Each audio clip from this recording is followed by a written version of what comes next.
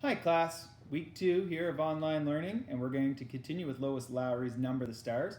Chapter 7, The House by the Sea. Oh, Anne-Marie, Ellen said with awe in her voice, it is beautiful. Anne-Marie looked around and nodded her head in agreement.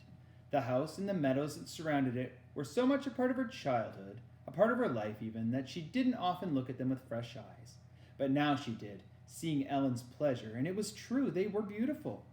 The little red farmhouse was very old, its chimney crooked, and even the small shuttered windows tilted at angles. A bird's nest, wispy with straw, was half hidden in the corner where the roof met the wall above the bedroom window. Nearby, a gnarled tree was still speckled with a few apples, now long past ripe. Mamma and Kirsty had gone inside, but Anne-Marie and Ellen ran across the high-grassed meadow, through the late wildflowers, and from nowhere a gray kitten appeared and ran beside them, pouncing here and there upon imagined mice, pausing to lick its paws and then darting off again. It pretended to ignore the girls, but looked back often to be certain that they were still there, apparently pleased to have playmates. The meadow ended at the sea, and the gray water licked there at a damp brown grass, flattened by the wind and bordered by smooth, heavy stones. I have never been this close to the sea, Ellen said. Of course you have. You've been in the harbor in Copenhagen 1,000,000 times. Ellen laughed. I mean the real sea, the way it is here, open like this, a whole world of water. Anne-Marie shook her head in amazement. To live in Denmark, a country surrounded by water, and never have stood on the water's edge? Your parents really are city people, aren't they? Ellen nodded. My mother is afraid of the ocean. She says it is too big for her and too cold. The girls sat on a rock and took off their shoes and socks. They tiptoed across the damp stones and let their feet touch the water. It was cold, but they giggled and stepped back. Anne-Marie leaned down and picked up a brown leaf that floated back and forth with the movement of the water.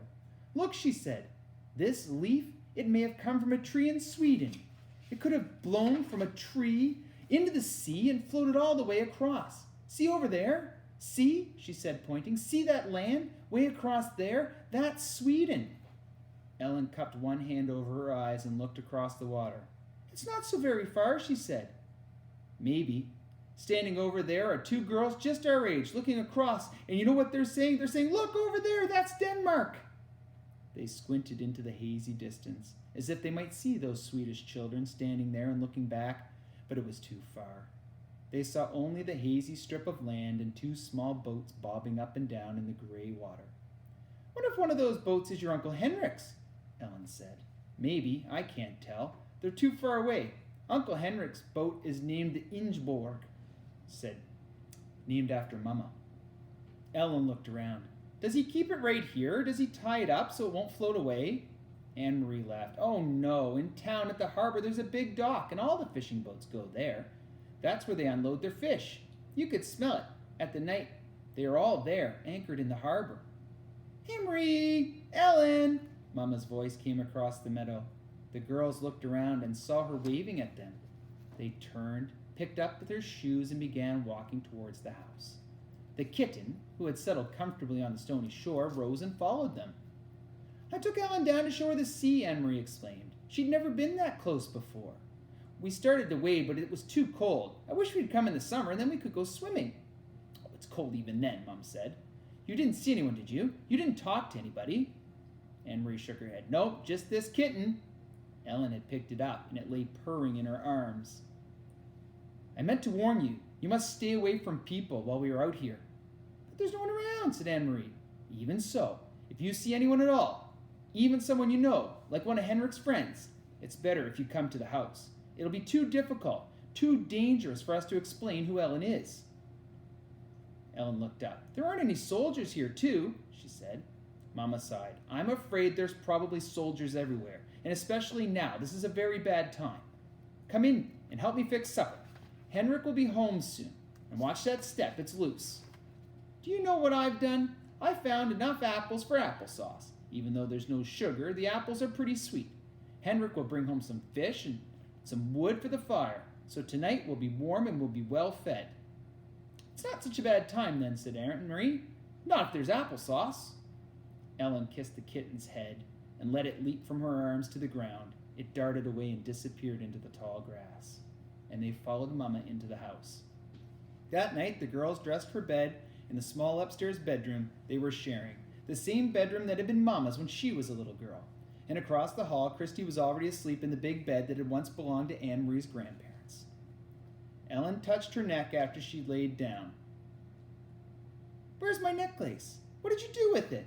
"Oh, I hid your necklace in a safe place," Anne Marie said. "A very secret place where no one's ever going to find it. And I'll keep it there in that secret place safe and sound until you're allowed to wear it again." Ellen nodded. "Papa gave that to me when I was very small." She sat down on the edge of the bed and ran her fingers along the quilt. "I wish I knew where my parents were," Ellen said in a small voice. Anne Marie didn't have an answer for her. She patted Ellen's hand and they sat together silently. Through the window they could see a thin, round slice of moon appear through the clouds against the pale sky. The Scandinavian night was not very dark yet, though soon, when winter came, the night would not only be dark, but it would be long, very long, starting in the late afternoon and lasting until morning. From downstairs they could hear Mama's voice and Uncle Henrik's talking, catching up on the news. Mama missed her brother when she hadn't seen him for a while. Anne Marie knew that. They were actually very close. Mama always teased him gently for not getting married. She always asked him, laughing, if he would ever find anyone to get together with, maybe a good wife. And if he had a wife, maybe his house wouldn't be so messy. And Henrik teased back, told Mama that she could come to Gilead to live again. He wouldn't need to do the chores and she could clean up for him. And for a moment, to Anne Marie listening, seemed like earlier times, happy visits to the farm, in the past, in the summer, when the daylight went long beyond bedtime. But there was a difference. In the earlier times, they were always laughing. Tonight, there was no laughter, none at all. Don't forget to answer your questions.